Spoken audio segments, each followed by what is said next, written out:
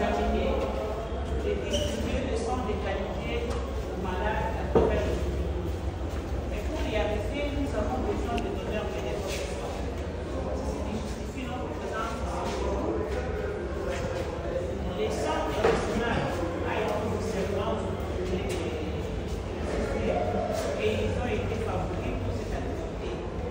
Alors, on ne peut pas atteindre les étudiants sans passer par la coordination. C'est pourquoi nous avons pensé à fournir, en fait, on puisse échanger parce que c'est vous qui allez relayer les messages des dons de sang à travers vos amis, vos collègues. Comme je disais, déjà dans la vie de Kinshasa, nous avons un problème. On n'arrive pas à couvrir les besoins en sang humain, qu'on soit vrai. C'est pourquoi, par-ci par-là, il y a des morts par anémie, surtout les femmes enceintes. Quand il y a des moments où il n'y a pas de sang, la plupart de la mort, alors que c'est une mort qui est évitable.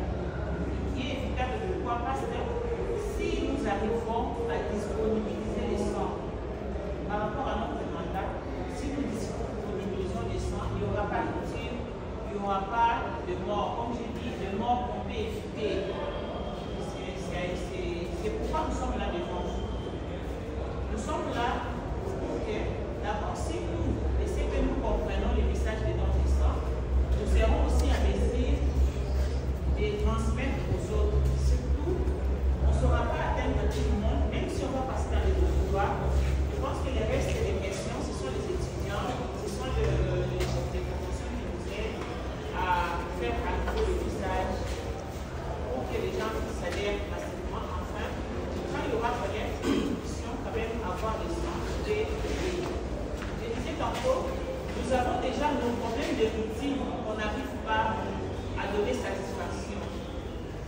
Déjà, les enfants anémiques SS que nous vivons avec eux dans la ville de Kinshasa, il y a les femmes enceintes, il y a les accidentés, il y a beaucoup de maladies d'origine interne qui font que les gens perdent le sang, mais qu'on n'arrive pas à couvrir ces besoins-là.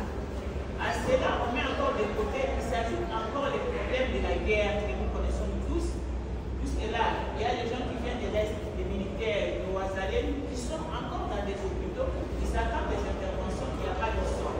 C'est pourquoi nous faisons ces plaidoyers, afin que vous puissiez nous aider à relayer ces messages pour que vos collègues, vos amis puissent adhérer massivement à l'activité de don de sang qui va commencer le lundi. On va faire ça le lundi jusqu'à vendredi. Alors, je ne prends pas toute la parole, je laisse la parole à mon frère. Et quand il va finir de parler, ce sont vos questions qui feront à ce que nous puissions encore beaucoup parler par rapport à vous. Merci beaucoup. Moi, je suis médecin, je suis interniste, je suis et là, nous sommes dans le cadre du Centre national de santé. En fait, je vais pouvoir, comme elle a dit, c'est pour vous impliquer dans la démarche. Nous sommes des fonctionnaires de l'État. C'est donc le gouvernement qui voudrait aider la population à sauver des vies parce que les vies sont toujours le jour après le soir. Je vais essayer de marquer un peu sur l'importance de faire le don de sang et l'importance du choix du sang. Parce que c'est ce qui va faire en sorte que vous puissiez motiver vos amis, vos collègues qui viennent vous donner le sang. Vous savez, le sang, c'est un médicament. On a parlé des antibiotiques, des salles, c'est un médicament. Mais c'est un médicament très particulier parce qu'on ne vend pas en pharmacie. Quand on fait une prescription de sang, et pas en pharmacie, on n'allait pas avoir de sang. C'est particulier également parce que quelqu'un ne peut pas faire une provision de sang parce qu'il veut être réformé quand il sera dans le droit de travail. C'est possible. Le sang que nous donnons à des personnes qui en ont besoin, c'est du sang qu'on prélève chez les donneurs comme vous, comme nous aussi. Et on a disponibilisé quelque part après avoir traité. Donc, comme maintenant nous sommes en carence, on a des problèmes, il y a des problèmes de sang, on a besoin comme de sang. On n'a pas d'autre choix que de venir vers les Congolais, surtout les jeunes comme vous. On ne peut pas demander à la France de nous donner un lot de sang ou ça ne se passe pas comme ça. Les sang, c'est vous qui devez les disponibiliser. Nous sommes venus chez les étudiants pour deux raisons. Ça, c'est vraiment les choses que je dis à vos collègues, c'est très important. Moi, je suis un clinicien, je suis un médecin interne, donc j'ai compris un peu mieux à quoi sert le sang.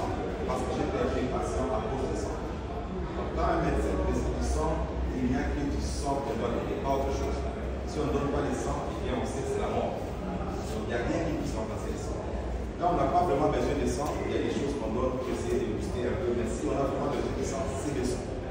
Alors, les gestes qu'on nous demande de faire, c'est un geste de généreux, c'est un geste d'amour.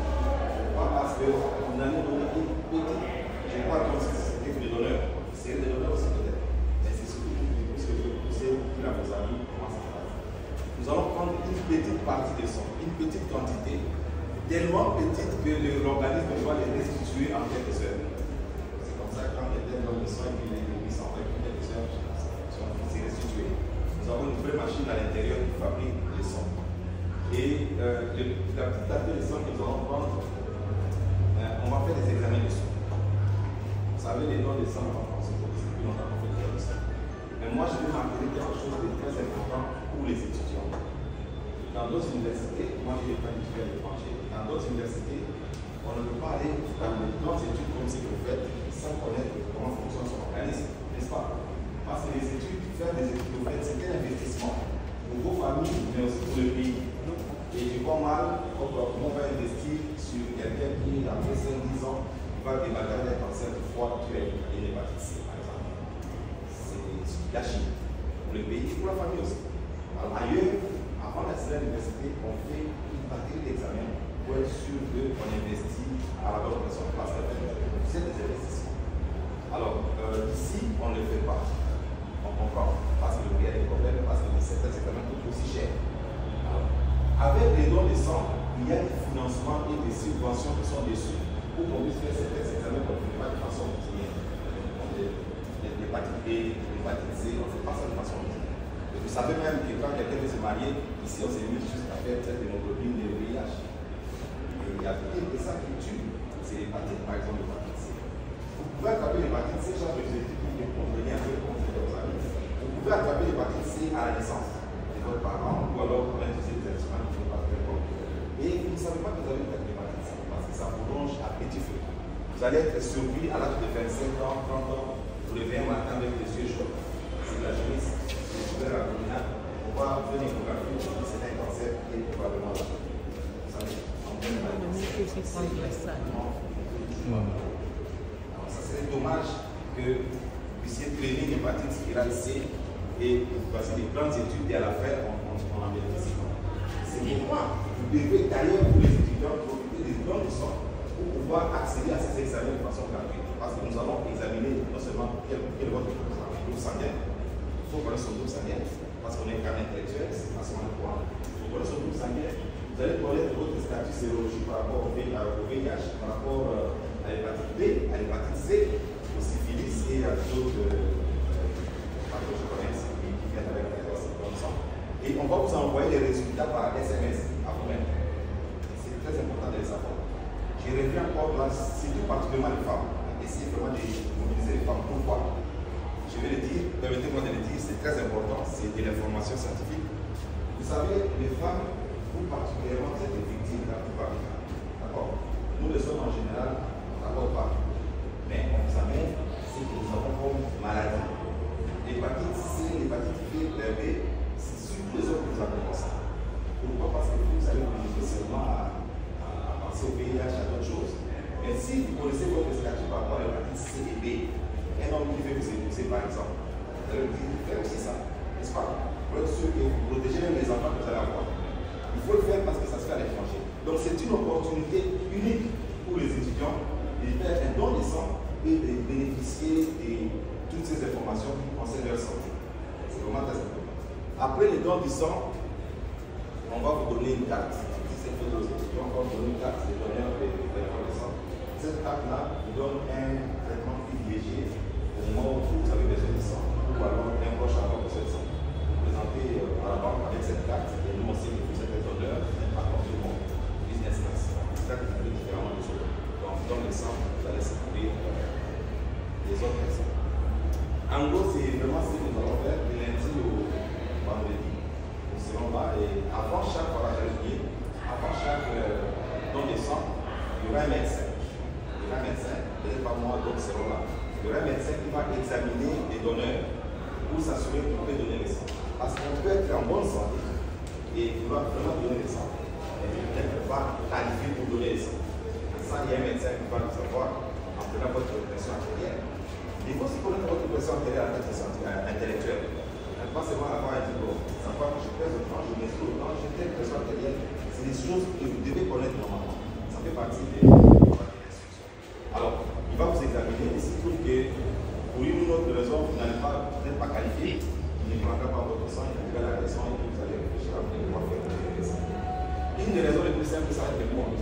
Si vous pesez moins de 50 kg, vous ne pouvez pas prendre votre sang. Si par exemple vous avez une pression artérielle trop basse, vous n'avez pas le droit non plus de votre pression. Si vous avez une pression artérielle trop élevée, vous n'avez pas non plus le droit. D'ailleurs, si vous avez une pression artérielle élevée, vous allez avoir la prise à l'oreille, il faut se faire consulter, n'est-ce pas? On ne peut pas avoir 25 ans, 30 ans et avoir une pression de 180 sur quelque chose. C'est qu'il y a un problème. C'est à poursuivre. Donc, il faudra aller voir des médecins. Donc, c'est une occasion de bénéficier d'une consultation gratuite, pour bénéficier d'un check-up gratuit, et aussi, bien sûr, pour bénéficier d'un statut privilégié si vous avez un bon médecin ou un membre de famille avec un médecin. Alors, je ne sais pas si madame va compléter, sinon on va vous répondre à toutes les questions qui vous viennent à l'esprit, parce que ce sont les questions que vos collègues vont poser. On ne s'arrête pas là. Donc, que ce soit vous et nous, que nous soyons une même équipe, œuvrant pour la même cause, à sauver des vies. Je pense que nous devons passer à ce balayer. Je voulais juste ajouter, par rapport aux dons de sang que nous parlons, c'est un geste d'amour. Nous les faisons, c'est par amour. S'il n'y a pas d'amour, on ne peut pas faire les dons de sang. Nous les faisons parce que nous nous mettons à la place du malade. Nous disons tout simplement que la personne qui est malade, il n'a pas voulu être malade, mais il est tombé malade. C'est-à-dire qu'aujourd'hui, il est malade, demain ça peut m'arriver, ça peut lui arriver, ça peut arriver à tout un chacun de nous. Et s'il n'y a pas les sang à l'avant, ce ne sera pas une bonne chose. Nous les faisons parce que nous disons, ceux-là qui sont tombés aujourd'hui, ce n'est pas parce qu'ils ont péché plus que nous. Ils sont tombés parce que le corps a cédé. Ça peut aussi céder en